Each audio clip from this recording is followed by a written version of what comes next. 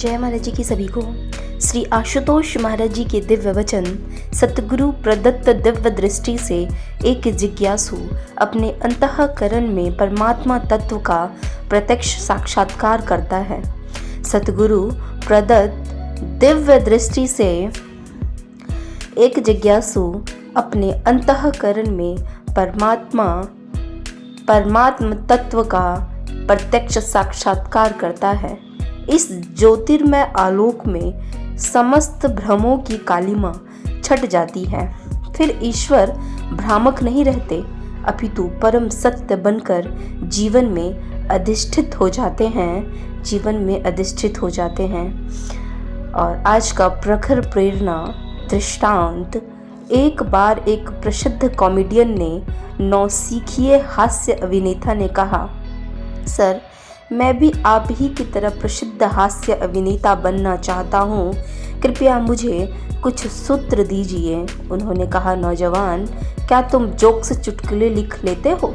नौजवान ने कहा, हाँ सर, जब मूड अच्छा होता है और अंदर से प्रेरणा होती है तो मैं अच्छे जोक्स लिख लेता हूँ, लेकिन समस्या यही है कि मूड प्रतिदिन अच्छा नहीं होता और प्रेरणा भी प्रतिदिन नहीं होती।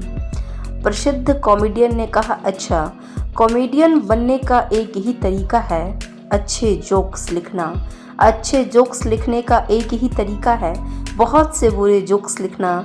बहुत से बुरे जोक्स लिखने का एक ही तरीका है हर दिन लिखना। जब तुम निरंतर लिखते रहोगे तुम्हें पता ही नहीं चलेगा कि कब तुम अच्छे जोक्स लिखने लग गए।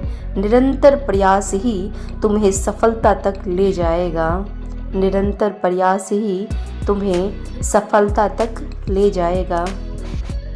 आज का विशेष अनुभव है, देखो वो श्री आशुतोष महाराज जी का शिष्य है। देखो वो श्री आशुतोष महाराज जी का शिष्य है। एक दिन मेरे परिवार के एक सदस्य रोष भरकर मुझसे बोले, क्या तुम सारा दिन सेवा की रट लगाए रहते हो? इतनी सेवा करने के बाद भी आज तक तुम्हें क्या प्राप्त हुआ है? कुछ भी तो नहीं। लोगों की नज़रों में भी कोई तुम्हारा स्थान नहीं है। लेकिन मेरा जीवन देखो, मेरा अपना घर है, मेरे पास किसी चीज़ की कोई कमी नहीं है।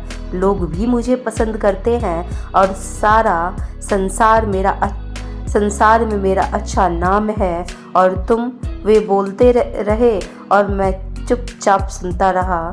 मुझे गुरु घर में सेवा करके क्या मिला है, यह या तो मैं जानता हूँ या मेरे सतगुरु।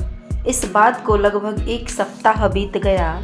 एक दिन जब मैं साधना में बैठा तो मेरे भीतर अपने संबंधी के कटाक्ष भरे शब्द चलने लगे। एक पल के लिए मुझे लगा वे ठीक ही तो कह रहे थे। मेरे पास तो कुछ भी नहीं है, मैं तो अपने गुरुदेव को भी अच्छे से कुछ अर्पित नहीं कर पाता हूँ। यह सोच मेरी आंखों से आंसू बहने लगे। मैंने रोते रोते ही महाराज जी से कहा, महाराज जी, हर त्योहार पर सभी लोग आपका कितना सुंदर आसन लगाते हैं, लेकिन मेरे पास तो आपका आसन सजाने के लिए केवल एक ही लाइट है।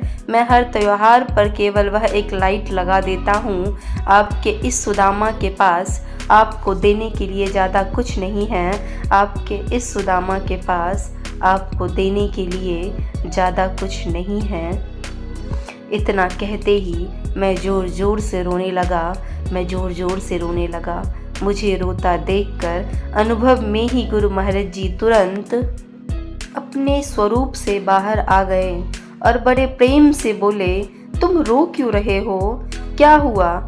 मैंने अपने मन की सारी बात महाराज जी को बता दी। महाराज जी ने कहा, तो क्या हुआ? यदि कोई बाहर से हमारे आसन को सजा रहा है, तुम भीतर से अपने हृदय आसन को सजा रहे हो जिस पर हमें आरूढ़ होना है। हो सकता है कि कोई बाहर से कमा रहा हो, सांसारिक संपदा को अर्जित कर रहा हो, पर तुम भीतर से कमा रहे हो। तुम्हारी आध्यात्मिक कमाई इस सांसारिक कमाई से कई गुना अधिक महत्व रखती है। देखना, एक दिन यही लोग कहेंगे कि देखो वो श्री आशुतोष महाराज जी का शिष्य है। देखना, एक दिन यही लोग कहेंगे कि देखो वो श्री आशुतोष महाराज जी का शिष्य है, वो श्री आशुतोष महाराज जी का शिष्य है। उस दिन तुम्हें भी पता चल जाएगा कि तुमने क्या कमाया और इस संसार ने क्या खोया। इसके बाद महाराज जी ने मुझे आशीर्वाद दिया और अंतर्ध्यान हो गए। महाराज जी ने मुझे आशीर्वाद दिया और वो अंतर्ध्यान हो गए। ऐसी ही दिव्य अनुभूति अगर आप लोगों के जीवन में भी घटती है तो अपने अनुभवों को दिव्य ज्योति जागृति संस्थान अंतः अनुभूति नंबर पर ज़रूर रजिस्टर कराएं, इसे बिल्कुल भी ना भूलें। और यह संदेश अपने फैमिली और फ्रेंड्स में भी ज़रूर शेयर करें। जय महाराज जी की सभी को। और अगर आप लोगों ने अभी तक DJJS वर्ल्ड यूट्यूब चैनल को नहीं सब्सक्राइब किया है तो प्लीज़ सब्सक्राइब करें और अपने रिलेटिव और फ्रेंड्स से भी ज़रूर सब्सक्राइब कराएं। जय महाराज जी की।